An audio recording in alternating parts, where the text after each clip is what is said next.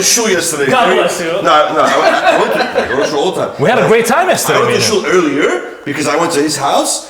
He left me. I walked out of his house. Oh, stop right there. We told him to come for lunch at 1. Okay? He shows up. He shows up at 3:30. We already left at 3 o'clock. What do you have to No. Pray. We had other appointments. Anyways, I go to his house. His neighbor's son said they left. So then they went to the park. I went to the park. I couldn't find them. Long story short, went to the park. Instead of walking back to my house, we went to shul earlier.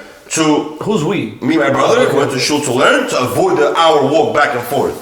So God did you a favor. Listen, so I ended up going to his shul that he was in. A lot of people that I know there. One of our good friends also that I'm not gonna name names that was there, and he was giving a lecture, I guess, to children. For some reason, he was asking for my attention the whole time yesterday. To child. There's like 6 kids People there. enjoy your There's company. 6 kids there, and he's going like this to me. You hear what I'm saying? I'm like, bro. Because you were looking like this. You were looking out into the sunset, bro. Yeah. So you gotta pay attention. So I heard he's teaching them something. I forgot what the rule was. The rule was, what's the word when you are you allowed to pull hair on Shabbat? What's the word? Gozez. Gozez. Shearing. Gozez. So I'm sitting there. My brain is always working. I'm thinking about who I have to call for work. What am I gonna do? But it's Shabbat. Shabbat. Okay, listen. You know what I heard? I bugged out. I wanted to get up and leave, go home. What did you Really? He told me, he goes, if you have a booger in your nose, and there's a piece of hair attached to that booger, Stop it. if you pull that booger, did you just do one of the 39 malachot on Shabbat? I wanted to get up and like, yo, it was good to see you. I'll see you donkey too. And I wanted to go home, bro. But I love the guy. Look at that. I have love for him. Stop, Billy. Stop. I can't pick my booger in peace now? I don't get it. This is stupid, bro. I'm serious. Okay. Because Look. what your wife just said, if I do this, then I have to do 57 more million things. By next year, I'm going to hell. That's how it is. I don't remember hell being that. Listen, full transparency. Full transparency. That is a valid topic of halacha that both can speak about. Why? Listen. It's funny. It sounds funny. He told me. He's looking at me. He goes, "This is a very interesting topic." Can I? big nose. You probably has something in your nose, bro. No, it wasn't. It was telling the children, bro. I'm like, Listen, can I explain this? Because I don't want the viewers to get confused. Okay, I have to just explain. Now you brought it up.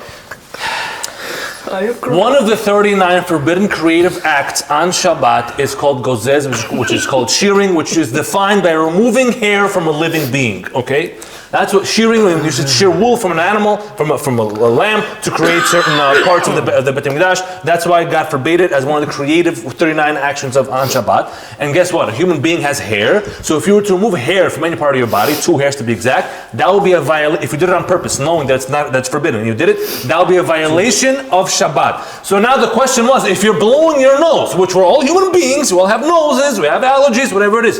If you're blowing your nose, and along with the schmutz that comes out of your nose, some hairs you pulled out as well, does that constitute a violation of Shabbat? It's a valid question. So that he was answering that no, if it wasn't your intent, and it might not, there's no guarantee that hair will come out. It might not.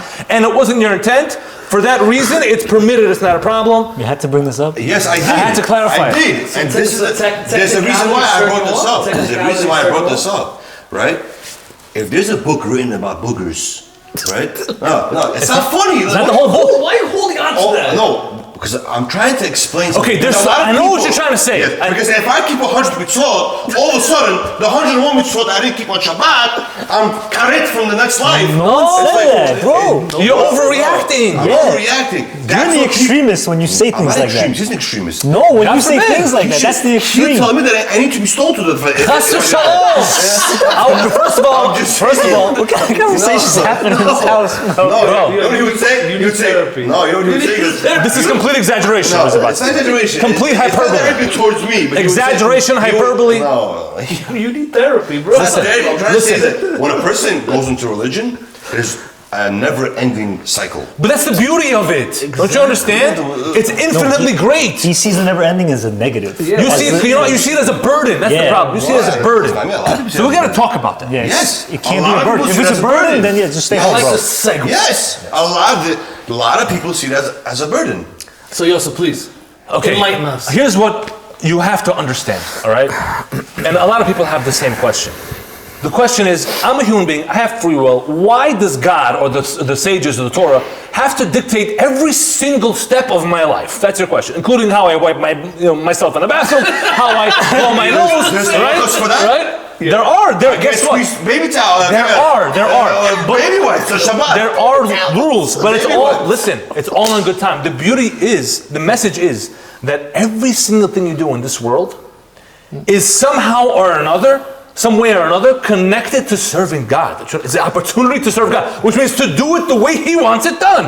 And by doing that, you're connecting to the ultimate source. Yeah, but And there's explanations and logical explanations and Kabbalistic explanations for every detail in I Torah. just feel like people will lose sight eventually of who they are. Because you just don't know enough about it. That's the point. If you dedicate time to learn every day, you'll appreciate it more. So in your perspective, Torah is never ending, so you'll never know anything about it. No. It's never ending in the sense that there's so much knowledge to But know. all your views I'm are extremist. extreme. I'll tell you what, because I went through the past 15 years of my life. I tried to figure myself out in religion. No matter what I did, there was something more than that. You were going to the wrong lectures or something. 'Cause it didn't I don't go to resonate. lectures. What lectures? You bro? went to 1 hour with him. You sat every day for 15 years. It did nothing for you because it I was went to a not. few lectures. I went for the free food, bro. That's it. And I got diarrhea the next day from that food. Listen, the point is, I think you guys sponsored No. after that too.